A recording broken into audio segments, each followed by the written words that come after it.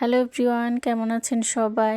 আজকে আমি আপনাদের দেখাবো ঝরঝরে পারফেক্ট সাদা পোলাও কিভাবে রান্না করা যায়।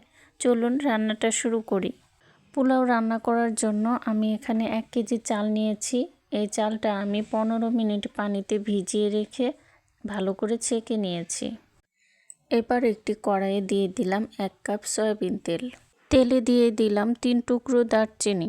দারচিনিগুলো একটু ভেজে নেব। দারুচিনিগুলো ভাজা হলে দিয়ে দিব জিরে, এলাচ, লং আর গোলমরিচ, তেজপাতা।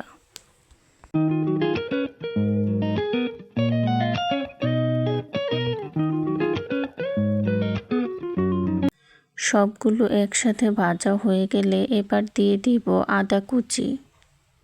আদা কুচিগুলো হালকা ভাজা হয়ে গেলে দিয়ে দিব কাঁচা বাদাম।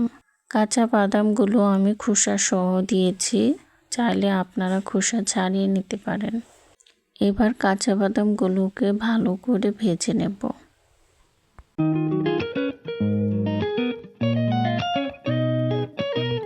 বাদামগুলো ভাজা হয়ে গেছে, এবার দিয়ে দিলাম চাল।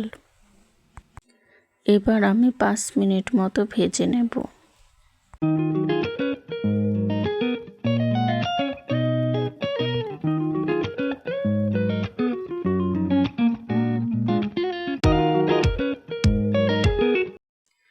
চালটা ভাজা হয়ে গেছে।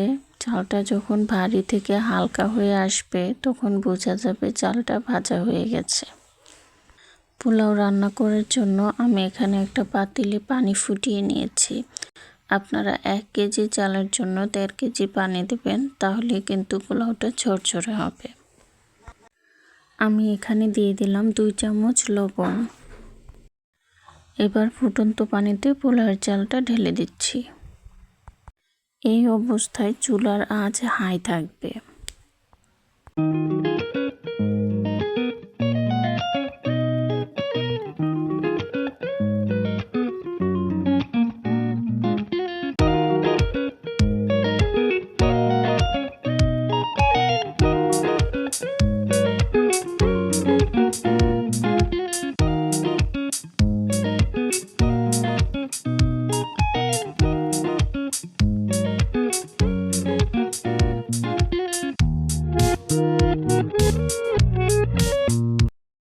এই পর্যায়ে দিয়ে দিলাম 2 চামচ চিনি।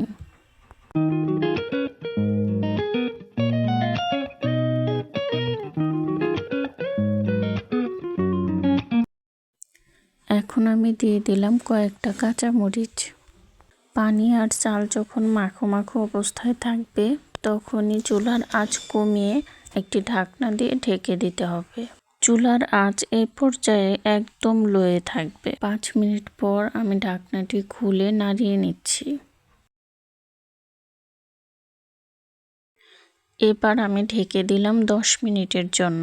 ঠিক 10 মিনিট পর ঢাকনাটা খুলব। 10 মিনিট পর আমি ঢাকনাটা খুলছি। দেখুন পোলাওটা কি সুন্দর ঝরঝরে হয়েছে।